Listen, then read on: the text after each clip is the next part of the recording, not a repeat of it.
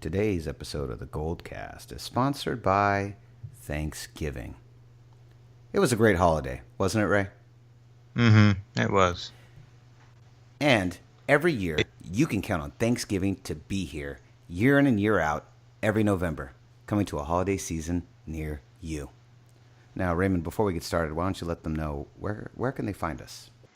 You can like us on Facebook.com/TheGoldCast. You can also follow us at Twitter at @TheGoldCast_. You can also follow us on Instagram at TheGoldCast. You can also subscribe to us via iTunes, YouTube, and Stitcher, all under the same name, The Goldcast. Follow, subscribe, leave reviews, leave comments. We love hearing from you. We love reviews. If you like what you hear, be sure to leave a review to push us up in the rankings so we can get the word out to more people, more fanatical fans such as us and you, and be a part. If you don't do it, then I assume you're racist. Raymond will assume racism if you don't do it. All right, here we go. Obviously, biggest story of the day, CJ Beathard was injured, and final minute and a half of Seahawks at 49ers ends with Jimmy G coming into the game. We're going to talk about it and what we think it means for next week and where we're going to go. We're going to talk about it right here after the music. Let's get busy. San Francisco, are you ready? This is the GoldCast.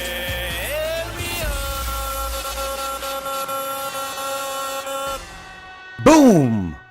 Welcome to another edition of the GoldCast. We are the voice of the faithful. I'm your host, Rudy Solis III, and with me is my brother, my co-host, Raymond Salisa first, baby. Boom! Here we are, San Francisco Bay Area. If you're listening to this podcast, it's because, like us, you're a die-hard San Francisco homer. 7 championship appearances in all 3 major sports in the last 7 years. One of the greatest decades in San Francisco Bay Area sports history. All right here. Giants dynasty added to the 49ers dynasty. And now we might be on the cusp of a Warriors dynasty. It's all happening right now. Welcome to the GoldCast. Raymond, how are you, by the way? Did you have a good holiday? It was awesome. I committed to every carb that was available at Thanksgiving, and it felt good in the moment. Not so good now, but that's all right. That's what the gym's for. I 100% agree. I'm on the exact same tip. So, Ray, I'm not sure if you're aware, but the 49ers played a little football game today against the Seattle Seahawks. And we had the same result as we did with the 9 other contests, save for one this year. So, now, final score, 24-13, but we all know that that's really not what we're here to talk about. We're here to talk about that final minute and a half when CJB went down and Jimmy Garoppolo had to come into the game for his first, taking his first snaps with the first team in a real game as the San Francisco 49er. Garbage time, you know, it was fancy, you know, nice little pass between 3 defenders to score a touchdown. It was a really good pass, by the way. It was a really good pass. Even though it was very small, like literally 2 pass attempts, 1 rushing attempt, it was a very small sample size for Jimmy G. But from what we did get to see, it was pretty sharp. So now here's the question, Ray. Does he get his shot? Will he be starting next week? Already Kyle Shanahan said he has not committed to who's going to be the starting quarterback next week. Do we finally see Jimmy G next week? I think there's a pretty strong chance. I thought that if we lost today, then Jimmy would play the remaining 5 games, or at least be highly considered to play the remaining 5 games. And I thought if we won, then that would probably, push CJ into another start. But that didn't happen. And it wasn't even that he played bad, and he had really incredibly terrible circumstances that he was playing with, that he's been playing with this entire time. And it eventually caught up to him. You get hit that many times because of your really shitty offensive line. Eventually, you're going to get hurt, and he did get hurt, and he's going to have an MRI tomorrow, and that I think will kind of help dictate how the week goes. And if the MRI is, depending on the severity of the MRI, if it's negative, then he's got nothing to worry about. I think then I think it'll be kind of up to the coach's decision. But if it's worse than that, then anything other than negative, then we'll see Jimmy G for 5 games, which is a good sample size. That's a great sample size. It's almost a third of a season. It is a good sample size. Let me tell you what I'm worried about. Okay, I mean, how many plays can Jimmy possibly really know with that offense at this point? 30? 40? I mean, how many do you think he realistically Your guess knows? is as good as mine. I mean, he's been, excuse me, earlier, I misspoke earlier. 5 games would be more than a fourth of the season. It is almost a third, actually, too, though. But still. Anyways, your guess would be as good as mine. I honestly don't know. He's been there for 5 weeks. So, and everyone's learning abilities are different. So we can only guess, he has the whole book. Here's the thing. An interesting detail to make note of. He's obviously not ready. I don't think he's ready at all. And one of the big tells of that is he still has the playbook cheat sheet on his forearm, on his left forearm. If a quarterback has that, that means that he's still learning the playbook and he needs a point of reference because he doesn't have everything memorized down packed.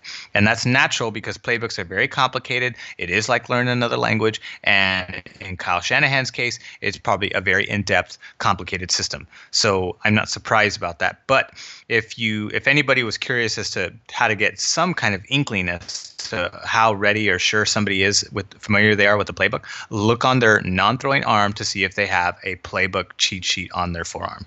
And Jimmy G had that. So he's clearly not ready. Yeah, so that's my only concern, that and that offensive line. Like, I know everyone's chomping at the bit to see Jimmy G. I think a lot of people believe that, I think erroneously that, having this, this seasoned backup quarterback come in and start is going to just turn things around. Hey, newsflash, it's not. But my concern is, A, how well does he know that system now? B, that offensive line. The last thing I wanted to do is see him go out there and get pummeled. You know what I mean? Especially if this guy is as good as we possibly think he is. My concern more than anything is the risk of injury. And I know it sounds horrible. It's like, oh, better that CJ Beathard gets beat up than he does. I'm not saying that. But I am saying he's possibly a very valuable commodity. And this team, we just don't have the proper pieces around him to necessarily protect him at the level that we should or that we want to get to. You know what I mean? Yeah, exactly. I feel the exact same way, and it's not a malicious thought like, exactly. I don't want CJ to get hurt either. But there was a significant, a second round draft pick was traded to get Jimmy G versus trading up to get a third round draftee in CJ Beathard. So clearly, even from that context, Jimmy G is worth more, and, not to sound shallow, but this is a business and things are gauged. That part, that contracts, the way contracts are, trade value, contracts, all that stuff, that's how you kind of gauge the value of a player. And, the more significant that trade value or contract value is the more important that asset, if we want to use, kind of that kind of term, is important to the team. And in this case, Jimmy G is considered a very, highly valued asset to the team. And he's also happens to be in the most important position. So I don't think it's something they should rush, but they won't have a choice if CJ is injured because they don't have anybody else. Yeah, that was kind of strange how that played out. Right when it happened, I thought, uh-oh. And actually, it's funny because, we were talking on the family thread, and one of our family members accurately predicted that was exactly what was going to happen today, which was super weird. That was a prediction in our 49er family thread, was that CJ would go down and Jimmy G would come in. Niners didn't cover. That was also part of his prediction. But still, it was a real trip. Right when I saw him go down, I thought, uh-oh, what's this mean? And then, of course, I knew Jimmy G was coming out. And yeah, tiny sample size, really not a lot to go on. But again, like you said, here's another way to break it down to kind of yes and what you were just saying in terms of like value. Jimmy G comes from a proven system with the New England Patriots, a proven system of success. He's sat behind for the past 3 years Tom Brady, one of the best quarterbacks of all time. Given that experience, his level of value is higher. CJ is a rookie from Iowa, so he doesn't have he doesn't come from the same pedigree. Therefore, even though Jimmy G is not perhaps as tested, he hasn't had as many starts as CJ has, he comes from a pro system, whereas CJ is coming from a college system, and he comes from the most successful pro system that exists in the current NFL climate. And I think all of that puts his value at a higher level. And I think that's why he should be protected, because he is in the most important position at the moment. And like we said, this isn't not trying to throw CJ at all. I actually love CJ Beathard. I feel like every week he goes out there and he busts his ass to try and get this team to something. I really do. I really appreciate the fight and heart he has. And he's not a bad quarterback. He makes rookie mistakes here and there, but he's not bad at all. And I enjoy watching him. I don't have an issue with him. Do you have an issue with CJ? Do you look at him and go, God, I'm over this guy? No, I think if I was, an irrational fan who didn't understand the sport and was, eager to see the Niners get back to prominence, then sure, I'd be mad every time they lose or every time he does a mistake.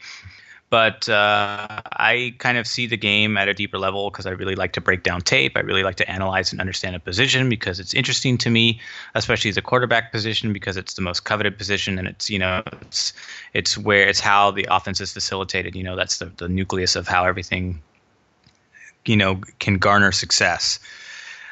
Although, it also involves 10 other players all working in harmony to make this facilitation happen. And so to me, I like CJ. I think he's really calm in the pocket despite everything that's being thrown at him. I do think that he's only going to get better with time, because as he gets better, the game will slow down. We see that he can play well when he's given pass protection, when the running game's going well. And that's really any quarterback in the NFL, although, the great ones will obviously stand, far above and beyond the rest of from basically the top five. The top five will stand out, and the top 10 will stand out a little bit too. But then, like, from position 11 all the way to 32, it's pretty average. So, the fact that he can play that well when the circumstances are good is very promising for his future, regardless of what happens, whether that's with the 49ers or some other team, or, whether he ride the bench for a few years. It's still good. It's a good sign, because he can throw the ball well when he has time, and he makes pretty good decisions. It's just little things, like there was the play when he overthrew Marquise Goodwin, when Marquise Goodwin had a post route. It was 3rd and short, and they were going to do a bomb to Marquise Goodwin. So Seattle anticipated this because they know they've seen that on tape before, where it's 3rd and last week it was 3rd and 8. We threw a bomb to Goodwin, and he got a touchdown off of that. We've done that before. And so they anticipated this, so they put a safety over the top. Now, when that happens, Marquise Goodwin has a decision to make. Either he can try to test that safety and try to continue to go his route, or he already had the cornerback that was on him that was pretty much toe-to-toe with him.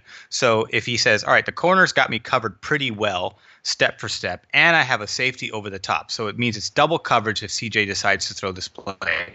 So he has to make a split-second decision to change the route in the event that this happens, this is by design, by the way. This is not like I'm going to just improv. This is by design. So now that there's a safety over the top, and he's got really tight coverage going into the post route, he's got double coverage when that ball goes into the air to finish that route. So what he does is he alters the play, does a button hook comebacker. So he stops really quick, turns around, and comes back for the ball. CJ misses this read. He doesn't see that there's a safety over the top and the coverage is tight.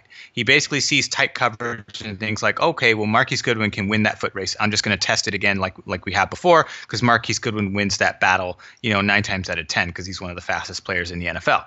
However, what he needed to do was see the safety over the top to anticipate the change in the play. This is mid-play audible. This isn't like pre-snap audible. This is mid-play audible that's happening here.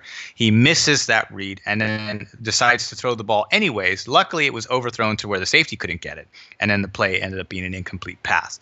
But that's where I know we talked to some people on the text thread that we're ragging on him and ripping him for that, and I was like, this is a typical rookie mistake. He's already running for his life, so he's already disrupted from all of the hits and the pocket breakdowns that are happening up to this point. So he's already kind of joggled. Now, throw into the fact that he's a rookie quarterback and this is like he only has less than a handful of starts under his belt to begin with, and you're going to be susceptible to mistakes like this. That was a very minor mistake, by the way. It wasn't terrible. It didn't result in a pick six or anything like that, though it could have and under different circumstances, but it didn't. However, that's something that's a very small and minuscule where it's like, oh, that's a rookie mistake, because any other quarterback, if that was like Tom Brady or someone or Drew Brees, they would have seen safety over the top. They would know the play would then change to the button hook, and then they would throw the ball shorter and then come back. But CJ didn't miss that read. Goodwin did exactly what he was supposed to do in that position. He was right. And then CJ missed. And that's typical. I wouldn't criticize him too harshly for that. I would just say it's a rookie mistake, and he's also under heavy duress and probably anticipating that the pocket's going to break down, within the first 2 to 3 seconds. So he doesn't have a lot of time, and football is a fast sport as it is, the way that plays are designed to pan out. So coupled, now throw in a wrench where it breaks down even faster. He doesn't have a Dan Marino like release. So I think, in other words, give the kid a break. Give the kid a break. Ray, that's why you're the greatest fanalist in the game. I love that. That was awesome. I love that breakdown. That was great. I learned a lot. That was pretty killer. So I guess we're going to have to wait one more day. If you were a betting man, though, let's bet Jimmy G or CJB this Sunday. What's your bet? Where are you going to put your money on? Gosh, I'm gonna say Jimmy G. I mean, I know CJ walked off on his own accord, and that's just him kind of like saying like, "Hey, look, man, I've handled everything up to this point, and I'm just kind of, CJ came out of college with part of his profile, his scouting report was that he was tough, and he did take hits. He did deal with a couple injuries in college, but he also, was a kid that would take licks and just keep on coming. So that was a reflection of that part of his personality, his ability to kind of take the hits, keep standing up, and keep going. But I don't know. I think my gut wants to kind of lean towards Jimmy G, just because at first I thought he got benched. Then I read my Bleacher Report notifications and said, oh, he got hurt. And then he's going to get an MRI on Monday. So we know it's like significant. And if it's significant enough to have it checked out like that, then, I don't think, then he's not anything to mess around. I mean, he was down for a little bit. Everyone was on their knees. It was kind of a little bit of a tense moment. The crowd was very, I thought, very classless, the way that they were cheering at the fact that he was injured, because they knew that meant that Jimmy G would come in. It's like, grow the fuck up, fans. I'm sorry. That kind of actually pissed me off, because I was like, 49er fans are better than that. If you're going to sit and have, decadent food and champagne for your tailgate party before a Niner game, then show that same type of, class act, during the game when somebody gets injured, especially if he's on our side and he's a quarterback. Come on. So, but anyways, to answer your question, long story short, I say Jimmy G starts. If I was a betting man, I would say Jimmy G too. I think they're going to use this as an opportunity to see what he has. So I'm with you. GoldCast says Jimmy G will start this Sunday. We're going to find out. The MRI tomorrow will show us a lot. But CJB, we hope you're okay. We hope if you are injured, it's a speedy recovery, because you're badass and we like you.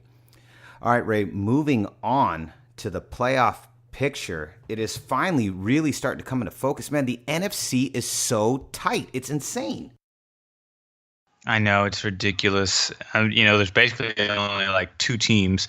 KC's basically fallen off the map. They can't seem to get it together, and they're basically tanking this season right now. I'm not sure if they're going to bounce back. It'd be nice to see them bounce back, but not sure if that's going to happen at this point. Their defense just looks the offense looks flat and the defense can't hold teams, as long as the offense continues to get 3 and outs. So it's really between Pittsburgh and New England.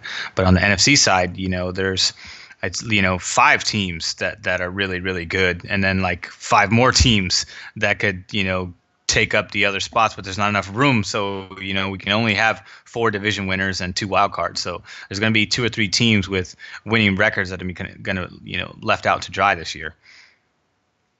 Yeah, you've got, so currently you have sitting at the top.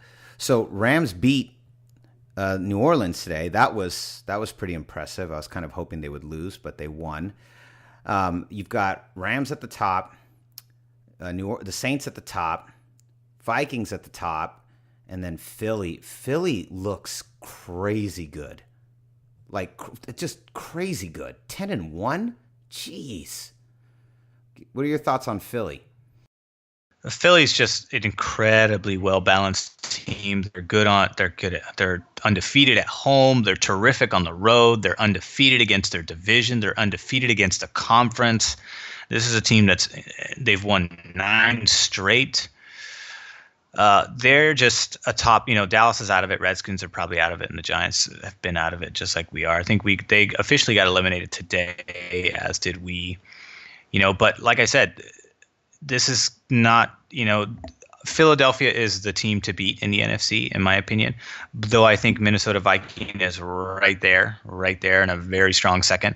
And then third and fourth, I would put, a 2-way tie between New Orleans and Los Angeles.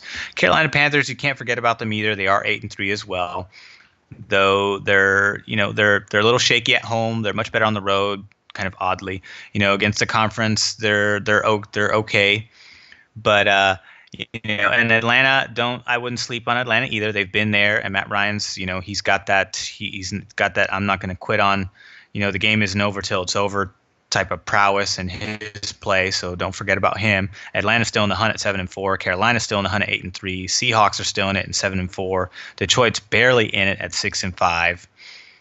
So you still have, like I said, about four teams that are still looking into it on top of the 4 division leaders. So there's still room for, New Orleans and Carolina will be battling to the end. I still give the edge to the Saints.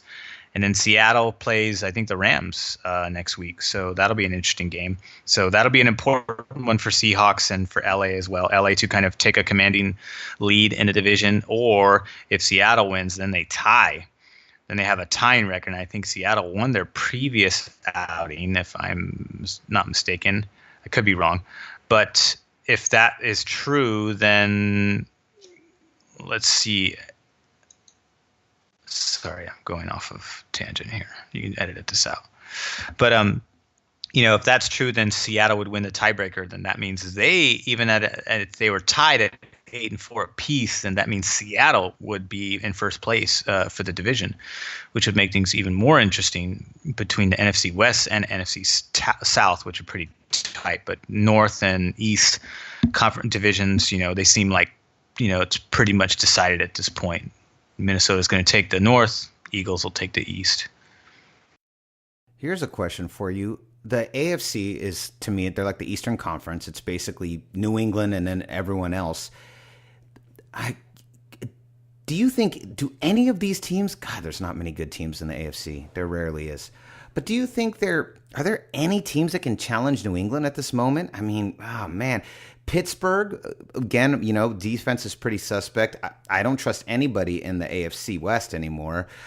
Jacksonville just doesn't have the offensive firepower. I mean, can anyone really generate a problem for New England, or do you think it's just a boulevard of green lights all the way back to the Super Bowl?